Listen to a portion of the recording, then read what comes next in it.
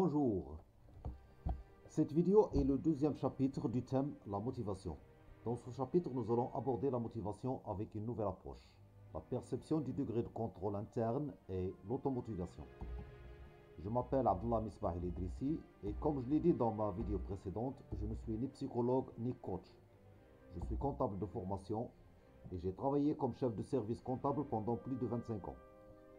Les sujets dont je parle dans mes interventions sont inspirés de mes expériences personnelles, de différentes études approfondies sur le sujet et de conseils et astuces que j'ai donnés à plusieurs personnes et qui, heureusement, les ont aidés à bien vivre dans leur peau. Vous allez vous dire, encore un autre article sur la motivation. Je vous comprends, vous en avez tellement vu et entendu. Et bien sûr, pas un de ces articles ne vous a apporté un ajout significatif. Donc pourquoi alors voir celui-là? Ma réponse est simple. Je vous propose non pas une récitation de textes savants et incompréhensibles, sinon difficiles à appliquer, mais la compilation de mes expériences personnelles et de mon étude et de mes observations. J'en suis ressorti avec des conclusions pratiques dont j'ai l'intention de vous faire bénéficier. Donc je pense que c'est celui-là qui marchera pour vous.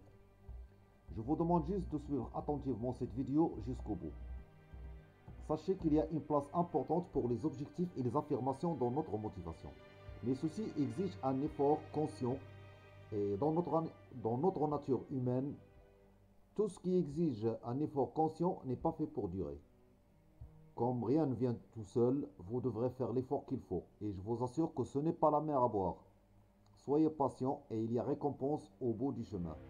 Et dans tous les cas, au besoin, je serai présent pour vous accompagner. J'ai constaté que ce qui différencie les gens entrepreneurs les plus motivés des autres, c'est qu'ils ont fait de l'automotivation une habitude. Ce processus fonctionne automatiquement pour eux. Ils n'ont pas besoin d'y penser. Et la bonne nouvelle est que ce qui fonctionne pour eux va fonctionner pour vous, si vous vous investissez avec moi dans cette vidéo. Mais d'abord, parlons un peu de ce que signifie vraiment être motivé au départ.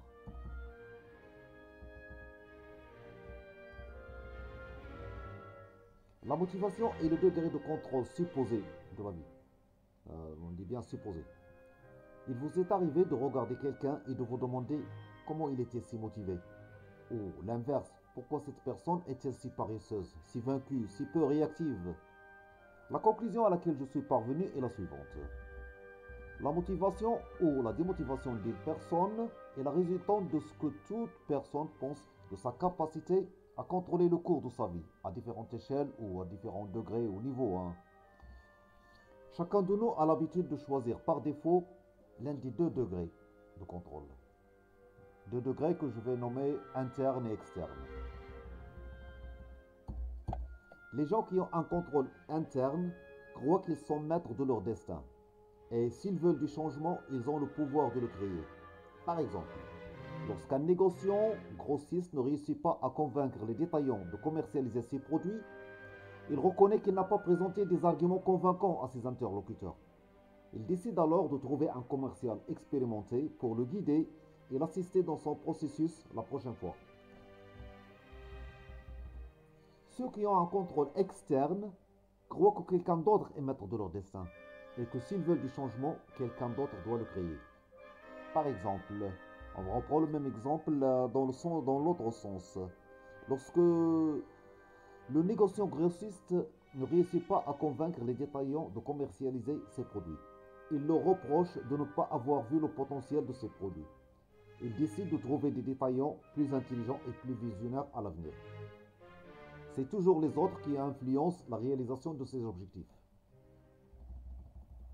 Où en est votre perception du contrôle de votre vie?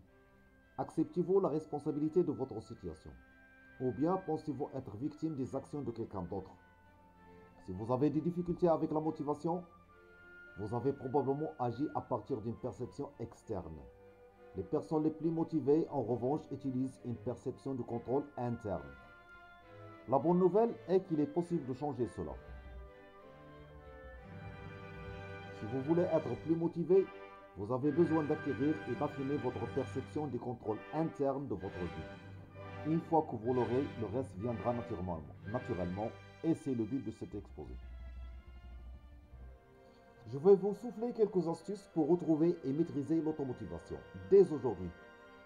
La première astuce, essayez d'utiliser les récompenses, les conséquences et les dispositifs d'engagement. Plus facile à dire qu'à faire, monsieur Abdelhamid Idrissi. Et combien ça va me coûter en formation et en temps et en argent, me direz-vous. Je vous rassure tout de suite, cette vidéo est totalement gratuite. Pour ce qui est de la durée, ça dépendra de votre investissement personnel dans ce projet. Mais je vous donnerai une estimation moyenne de cette durée plus tard dans cette vidéo. Je vous explique tout dans cette vidéo. Mais je vous demande de la suivre jusqu'au bout. Et si vous êtes satisfait, cliquez sur le bouton j'aime. Et si vous me laissez un commentaire, je vous répondrai. Je réponds à tous les commentaires. Et si vous avez envie de suivre mes prochaines publications, vous avez la possibilité de vous abonner gratuitement à ma chaîne. Sachez que la motivation est contrôlée par deux besoins. Éviter la douleur et éprouver du plaisir. En pratique, cela signifie que vous pouvez vous entraîner à devenir plus motivé, en conditionnant votre cerveau à associer le plaisir à la motivation et la douleur à la démotivation. Je pense que vous commencez à saisir l'astuce. Continuons donc sur cette lancée. Les trois moyens les plus efficaces pour y parvenir sont les récompenses, les conséquences et les dispositifs d'engagement. Examinons chacune d'elles de plus près. Premièrement, les récompenses. Une récompense est un cadeau que vous vous donnez pour rester motivé et atteindre vos objectifs. Ces objectifs doivent être suffisamment significatifs et attrayants sur le plan personnel pour que vous vous forciez réellement de les atteindre. Par exemple, si je décroche au moins 3 contrats cette semaine, j'emmènerai ma famille à la plage ce week-end. L'astuce consiste à donner suite à vos récompenses lorsque vous atteignez vos objectifs. Si vous vous promettez une journée à la plage avec votre famille, prenez le temps de le faire. Ainsi, vous entraînez votre cerveau à associer la motivation au plaisir. Deuxièmement, on va parler des conséquences, qui sont en fait des réprimandes. Une conséquence est quelque chose que vous perdez en ne restant pas motivé ou en n'atteignant pas vos objectifs. Elle devra être suffisamment préjudiciable pour que vous fassiez l'effort de l'éviter, mais elle ne doit pas se présenter comme une punition sévère ou extrême. Notre cerveau réagit en général aux conséquences de la même façon, quelle que soit leur gravité. Par exemple, si je ne décroche pas au moins 3 contrats cette semaine, je me passerai de suivre ma série préférée cette semaine. Bon, par exemple. Comme pour les récompenses ci-dessus, l'astuce consiste à exécuter les conséquences. Vous allez donc entraîner votre cerveau à associer un manque de motivation à la douleur. Troisième astuce, qu'on va nommer dispositif d'engagement, c'est quoi en fait? C'est une combinaison de récompenses et de punitions. Bon, on va dire punition à la place de conséquences. On va donc restreindre les choix futurs, en rendant certains choix plus coûteux. L'alternative pour notre cerveau qu'on a déjà entraîné aux récompenses et aux conséquences sera tracée d'office vers le sens positif et on sera motivé pour la réalisation des objectifs. Je vous donne un exemple simple pour expliquer cela. Vous allez mettre 150 € dans un tiroir de votre bureau. Si vous décrochez au moins 3 contrats dans la semaine, vous récupérez vos 150 € et vous emmenez votre famille à la plage. Si vous ne le faites pas, vous reversez ces 150 € à une association caritative. Les dispositifs d'engagement sont évolutifs. Si vous ne pouvez pas rester motivé pour une certaine tâche, augmentez les enjeux et augmentez la valeur du dispositif d'engagement. J'ai remarqué que chez la plupart des gens qui ont suivi cette astuce, l'automotivation est devenue une habitude. Ils n'ont plus besoin d'y penser. La deuxième astuce. Changez la façon dont vous communiquez avec vous-même.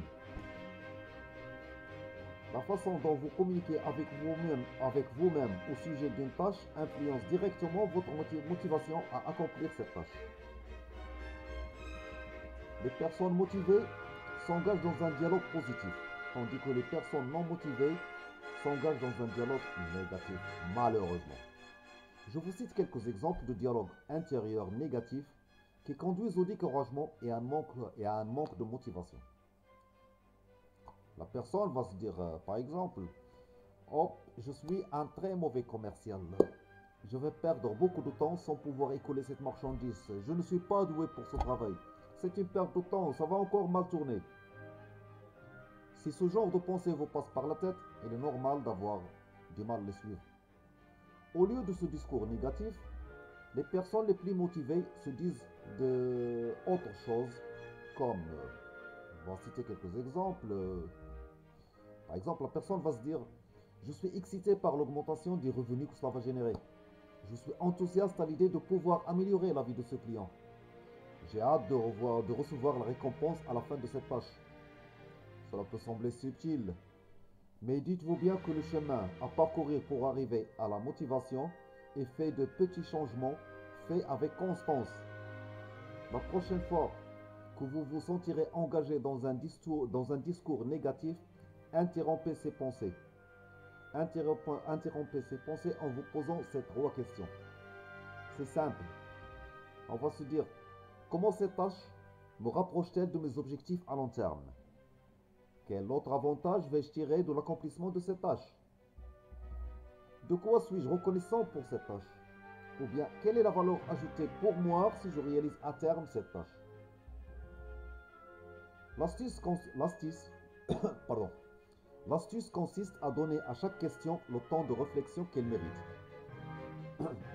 Essayez de trouver une réponse authentique et convaincante à chacune d'entre elles. En répondant à ces trois questions ci-dessus, vous vous donnez une raison d'accomplir votre tâche. Une fois que vous aurez trouvé une raison convaincante, votre motivation sera beaucoup plus facile à trouver. Troisième astuce, je pense qu'à un moment donné, vous êtes bien posé cette question, ou bien vous avez pensé à cette astuce, mais je vous la dis quand même, c'est de vous entourer de bonnes personnes. Qu'est-ce qu'on entend par là? Sachez que les groupes auxquels vous vous associez déterminent souvent le type de personne que vous devenez. Alors, entourez-vous de personnes motivées, dynamiques et ambitieuses, et surtout aux pensées positives. Écrivez une liste des personnes que vous considérez comme motivées, très motivées, celles qui savent ce qu'elles veulent et qui sont déterminées à l'obtenir sans relâche. Vous avez alors un réseau dynamique auquel vous allez essayer de vous intégrer. À côté de chaque nom de cette liste, décrivez la manière dont vous pourriez leur être utile. Si vous ne savez pas, soyez direct. Interrogez-les, tout simplement. Vous allez devoir faire l'effort pour rendre votre présence pertinente au sein de ce groupe. L'objectif étant que vous deveniez un élément essentiel de ce réseau. Pardon. Vous vous rendrez compte après qu'à l'occasion de chaque réunion, toutes les personnes impliquées repartent motivées et avec une motivation renouvelée. Alors maintenant, on va attaquer la quatrième et dernière astuce que je vous propose aujourd'hui. C'est d'accroître la visibilité de vos objectifs. Le pouvoir des objectifs ne réside pas dans leur création, mais dans leur révision. Vos objectifs à long terme, ou objectifs North Star dans le jargon des professionnels du coaching, doivent être visibles. Ils doivent être si visibles qu'ils sont toujours au premier plan. S'ils ne sont pas au premier plan, ils ne seront pas réalisés. C'est aussi simple que cela. Pour accroître la visibilité des objectifs, plusieurs techniques sont employées. Je vais me limiter à vous parler de deux petites astuces que je pratique moi-même. Bon, dans un premier temps, vous allez leur créer une routine matinale quotidienne à vos objectifs.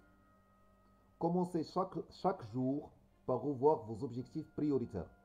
Il n'y a pas de façon standard de le faire. Vous pouvez les méditer, vous pouvez les écrire, vous pouvez les lire à haute voix ou les considérer comme déjà réalisés.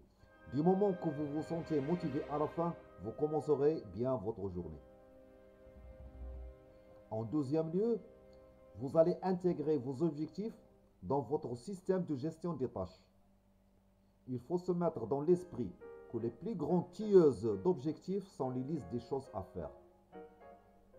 Il est facile de se laisser prendre par les activités quotidiennes et professionnelles, qu'on passe des jours, des semaines, voire des mois, sans penser à l'avenir.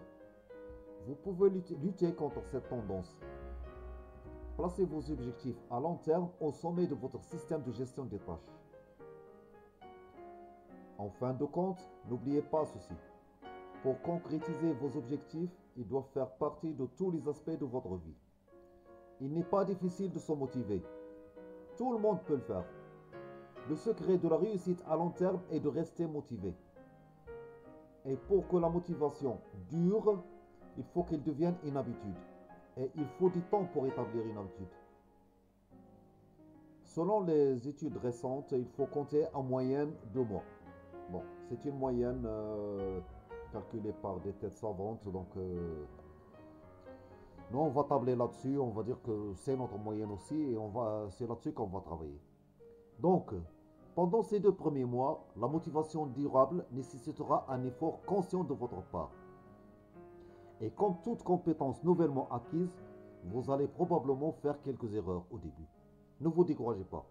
Tant que vous utiliserez les stratégies ci-dessus, plutôt que je vous ai indiqué en début, eh bien, tant que vous utiliserez ces stratégies pour vous corriger, vous y arriverez. Votre cerveau est entraîné un jour à la fois, alors tenez-vous-en à cela. Les récompenses en valent la peine, je vous le confirme. Je vous invite à revoir cette vidéo autant de fois que vous en ressentirez le besoin. Vous pouvez même l'enregistrer ou la partager. Et si vous voulez le texte entier rédigé, laissez-moi votre mail en commentaire, je vous l'adresserai avec grand plaisir. La prochaine publication traitera le même thème sous un autre aspect. Merci de me laisser un encouragement en cliquant sur le bouton j'aime et sachez que tous les commentaires sont les bienvenus. Sur ce, je vous dis au revoir et rendez-vous lors de ma prochaine publication.